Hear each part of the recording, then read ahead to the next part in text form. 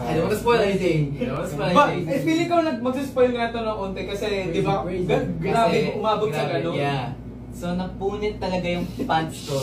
Kasi hanggang dito yung punit niya. As in, bagong bili pa na ba? Bagong bili yung bagong bili ni mama, no? Tapos, napunit yun while we were training. And then I was like, oh, does anyone have spare pants? No one did. No one from Horizon had one, but luckily, someone from SB19 gave me pants, and I think Stella was the one who to notice my pants, and now it's still with me. So, Kuya Stella, ibabalik ko siya. Ibabalik niya! Parang kanina, name niya na eh. Nakamaskel na dun sa kwarto niya. Kaya hindi, Kuya Stella, pag kailangan mo pa yung, pagka gusto mo yung pants, ibabalik ko na. Pero, kung pwede, hindi mo naman kailangan. Sa kanila lang.